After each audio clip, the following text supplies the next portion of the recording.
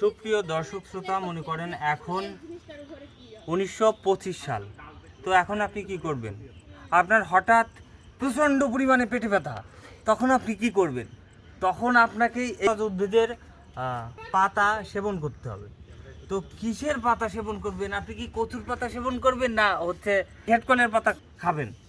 আসলে অন্য কোনো ভেষজ উদ্ভিদ নয়, এখানে আপনাকে খেতে হবে এই যে পাথরচুনির পাতা দেখছেন, এই পাথরচুনির পাতা। এটা কি করে খেতে হবে? এটাকে আপনি পিষে লবণের সঙ্গে খেতে পারবেন, তাতে করে আপনার এই পেটের ব্যথা নির্মূল হয়ে যাবে। তো এই হচ্ছে কথা। এই পাতাগুলো আপনারা দেখে রাখুন, এই গাছগুলো দেখে রাখুন। এটা হচ্ছে পাথরচুনি, অনেকেরই পরিচিত।